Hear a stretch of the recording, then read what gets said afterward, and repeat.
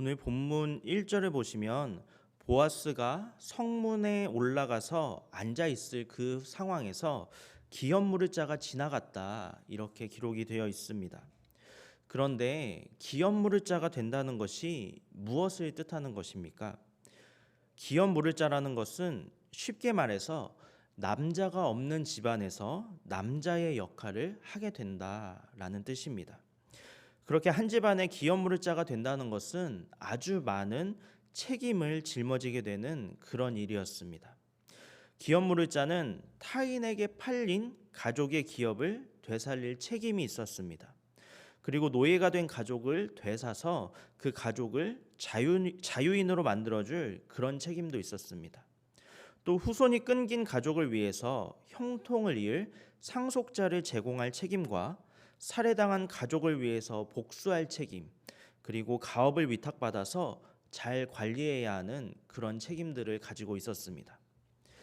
현재 남편과 두 아들을 모두 잃은 나오미의 집안에는 현재 기업 물을 자가 필요했습니다.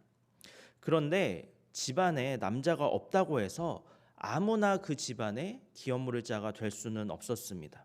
몇 가지 따져야 할 것이 있었는데 그것은 혈연적으로 가장 가까운 친족이면서 동시에 구속의 값을 치를 능력이 있는 그런 사람만이 한 집안의 기업 물을 자가 될 수가 있었습니다. 오늘 본문 1절에 등장하는 기업 물을 자가 바로 그런 사람이었습니다. 나오미의 가장 가까운 친족이면서 또한 구속의 값을 치를 수 있는 능력을 가진 사람이었습니다. 보아스는 이 기업 물을 자와 또 성읍의 장로 10명을 청하여서 함께 회의를 시작했습니다. 지금 나오미의 집안에는 남자가 없고 또 가지고 있는 재산이라고는 땅밖에 없어서 이 땅을 팔아야 생계를 유지할 수가 있었습니다. 그런데 이 밭을 팔고 나면 앞으로 나오미의 집은 다른 사람의 소작농으로만 살 수가 있었습니다. 그러니까 당신이 이 집안의 기업 물을 자가 되어서 죽은 나오미의 남편과 그 아들들의 이름으로 그 땅을 상속해 주라는 그런 이야기였습니다. 그런데 이 말을 들었던 기업 물을 자가 뭐라고 대답을 했습니까? 본문 6절을 보면 내 기업에 손해가 있을까 하여 나는 기업을 물을 수가 없다 이렇게 이야기를 합니다. 사실 어떻게 보면은 이 사람의 반응은 너무나도 자연스러운 반응입니다. 그동안 별다른 교류도 없이 지내던 이 나오미의 가족을 위해서 지금 당장 나에게 주어지는 큰 손해를 감수하고 또 여러 가지 책임까지 짊어지기는 싫다는 것입니다.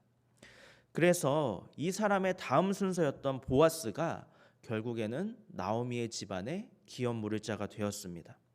사실 나오미의 집안에 기업 물을 자가 된다는 것은 아무리 이 보아스가 유력한 사람이고 또 엄청난 부자였다고 할지라도 큰 손해를 봐야만 하는 그런 일이었습니다. 그런데 이 손해는 당장 밭을 사서 상속하는 현재의 손해로만 그치는 일이 아니었습니다. 보아스는 나오미의 집안에 기업 물을 자가 되면서 동시에 나오미를 봉양해야 하는 그런 책임도 떠안았습니다. 또 나중에 자식이 생기면은 그 자식은 보아스가 낳았더라도 보아스의 자식이 되는 것이 아니라 죽은 룻의 남편 말론의 자식이 되어야만 했습니다. 그런데 훗날 재산을 분배할 때에는 이 죽은 말론의 이름으로 낳은 그 자식에게도 보아스의 자식들과 똑같이 분배해야만 했습니다. 즉 보아스가 나오미의 집안에 기업 물을 자가 된다는 것은 당장 현재에도 큰 손해를 감수하는 일이었지만 그것으로 그치는 것이 아니라 미래에도 큰 손해를 봐야만 했습니다. 또한 많은 책임과 의무까지 감당해야 하는 아주 큰 희생이자 결단이었던 것입니다.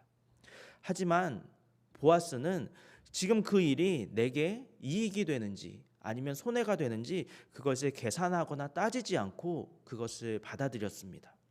그 결과 어떤 일이 벌어졌습니까?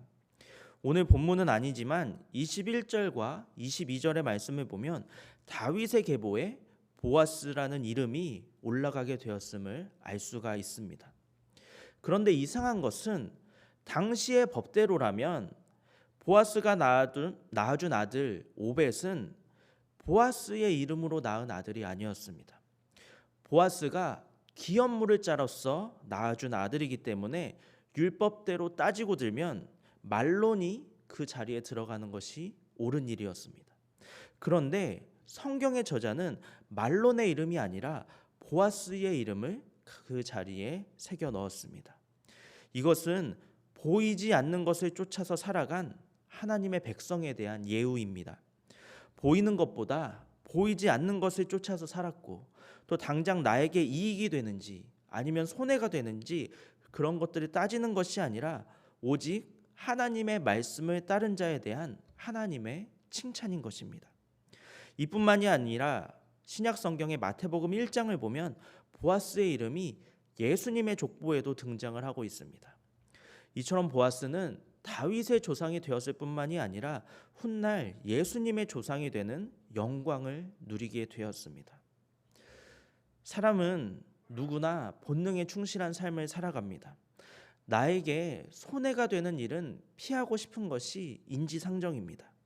하지만 하나님의 말씀대로 살기 위해서 내게 주어지는 그런 손해를 감수한다면 하나님께서는 우리가 입은 그 손해를 그저 가만히 보고만 계시지는 않으십니다.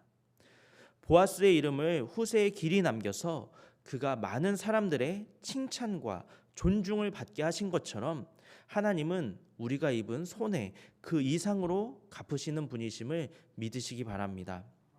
이 믿음으로 우리의 본능에 충실한 삶이 아니라 말씀에 충실한 삶, 우리의 이익을 쫓는 삶이 아니라 하나님의 뜻을 쫓는 그런 삶을 살아가시는 저와 여러분이 되시기를 바랍니다.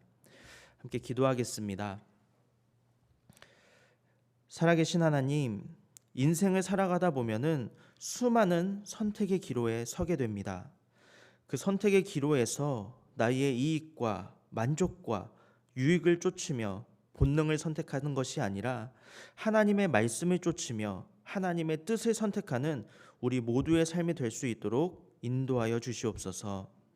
말씀 속에서 자신의 유익을 선택했던 기업물을 짜는 그 이름이 성경에조차 기록될 수 없었지만 하나님의 뜻을 선택했던 보아스는 성경뿐만이 아니라 다윗의 족보와 예수님의 족보에도 이름을 올리는 영광을 누린 것처럼 하나님의 뜻을 선택하는 우리 모두도 우리의 이름이 주님의 생명책에 기록되는 거룩한 영광을 누리게 하여 주옵소서.